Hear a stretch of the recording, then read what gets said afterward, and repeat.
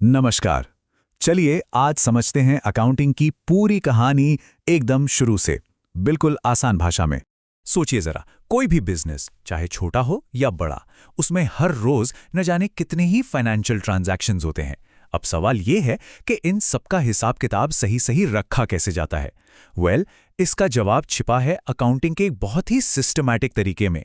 और इस पूरे बड़े से सिस्टम को समझने के लिए ना हमें कोई भारी भरकम किताब पढ़ने की जरूरत नहीं है। बस एक अकेले ट्रांजैक्शन का सफर शुरू से लेकर आखिर तक समझना होगा। तो इस सफर का हमारा पहला पड़ाव है जर्नल। इसे हम बिजनेस की डायरी भी समझ सकते हैं।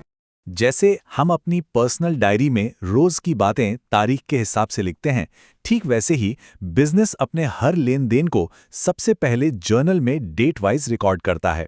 ये समझिए कि ये रिकॉर्डिंग का पहला और सबसे जरूरी कदम है। अच्छा, चलिए इसको एक सीधे साधे एग्जाम्पल से समझते हैं। मान लेते हैं एक दुकान है जिसने 100 रुपए का सामान कैश में बेचा। अब देखिए, अकाउंटिंग में ना हर लेन देन के दो असर होते हैं। हमारे पास क्या आया? कैश आया, तो कैश अकाउंट डेबिट 100 रुपए। और क्या हुआ? हमारी सेल्स हुई, तो सेल्स अकाउंट क्रेडिट 100 रुपए। और हाँ, नीचे जो छोटी सी लाइन लिखी है उसे कहते हैं नरेशन, जो बस ये बताती है कि ये एंट्री किस बारे में है। तो सवाल ये है कि ये एंट्री हुई कैसे? इसके पीछे एक बहुत सीधा सा लॉजिक है।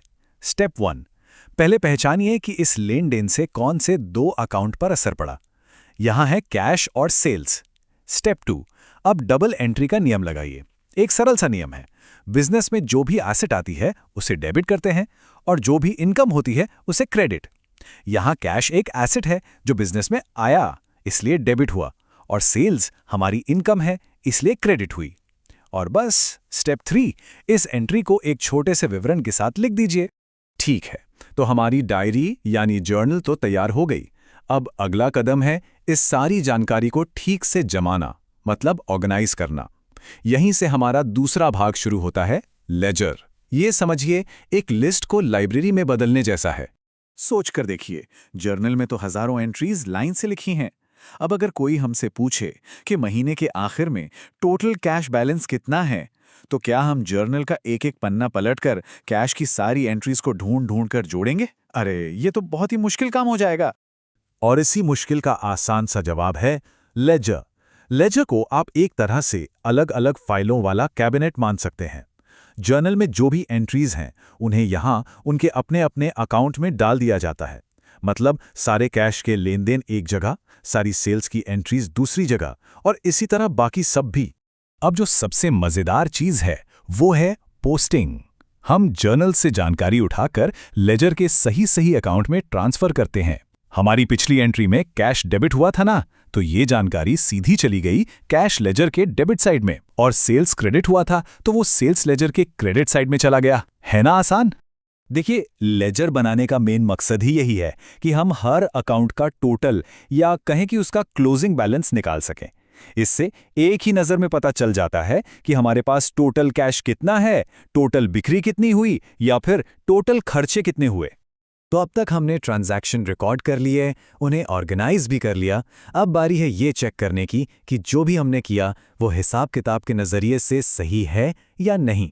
यहीं पर एंट्री होती है हमारे तीसरे और बहुत जरूरी हिस्से की, the trial balance. Trial balance एक तरह की समरी शीट है। इसमें हम सारे लेजर अकाउंट्स के फाइनल बैलेंस को एक लिस्ट में लिखते हैं।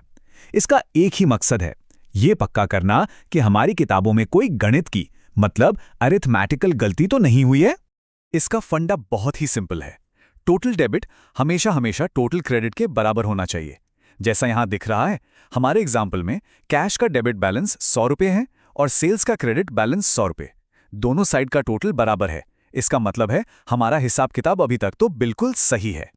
लेकिन यहां एक बहुत जरूरी बात समझनी है जिसमें अक्सर लोग गलती करते हैं। देखिए, ट्रायल बैलेंस बस ये चेक करता है कि डेबिट और क्रेडिट का टोटल मैच हो रहा है या नहीं। वो ये नहीं बता सकता कि कोई ट्रांजैक्शन रिकॉर्ड होने से ही रह गया हो। मतलब ये सिर्फ हिसाब की मैथ्स चेक करता है, ये नहीं देखता कि सारी एंट्रीज पूरी हैं भी या नहीं। चलिए अब जरा आगे बढ़ते हैं और देखते हैं कि ये जो हमने पूरी मैनुअल प्रोसेस सीखी है वो आज की मॉडर्न दुनिया के सामने कैसी दिखती है।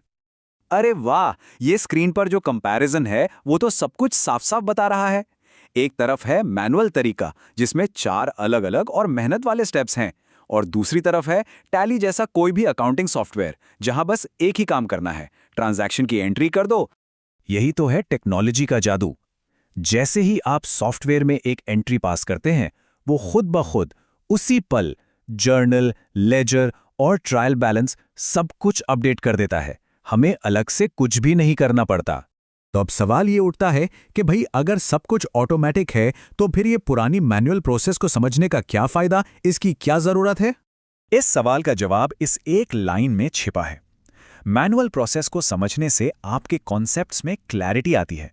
आप ये समझ पाते हैं कि सॉफ्टवेयर जो काम 1 सेकंड में कर रहा है, उसके पीछे का लॉजिक क्या है, वो कैसे हो रहा है। और यही समझ आपको गलतियां पकड़ने और बेहतर फैसले लेने में मदद करती है। तो सबसे जरूरी बात है इस सिंपल लेकिन पावरफुल फ्लो को याद रखना। सबसे पहले जर्नल, जो लेनदेन की कहानी को रिकॉर्ड करता है। फिर आता है लेजर, जो उस कहानी के सभी किरदारों को अलग अलग करता है। और आखिर में ट्रायल बैलेंस, जो ये चेक करता है कि कहानी के हिसाब किताब में कोई गड़बड़ तो नहीं है। तो आखिर में एक सवाल छोड़ जाते हैं। अगर अकाउंटिंग सॉफ्टवेयर एक हवाई जहाज का ऑटो पायलट है, तो फिर इंजन के बारे में जानने की जरूरत क्या है? जरूरत है, क्योंकि जब ऑटो पायलट में कोई गड़बड़ होगी ना, तो उसे वही इंसान ठीक कर पाएगा जो इंजन को अंदर बाहर से समझता हो। और अकाउंटिंग की दुनिया में वो एक्सपर्ट एक समझदार अकाउंटेंट ही होता है।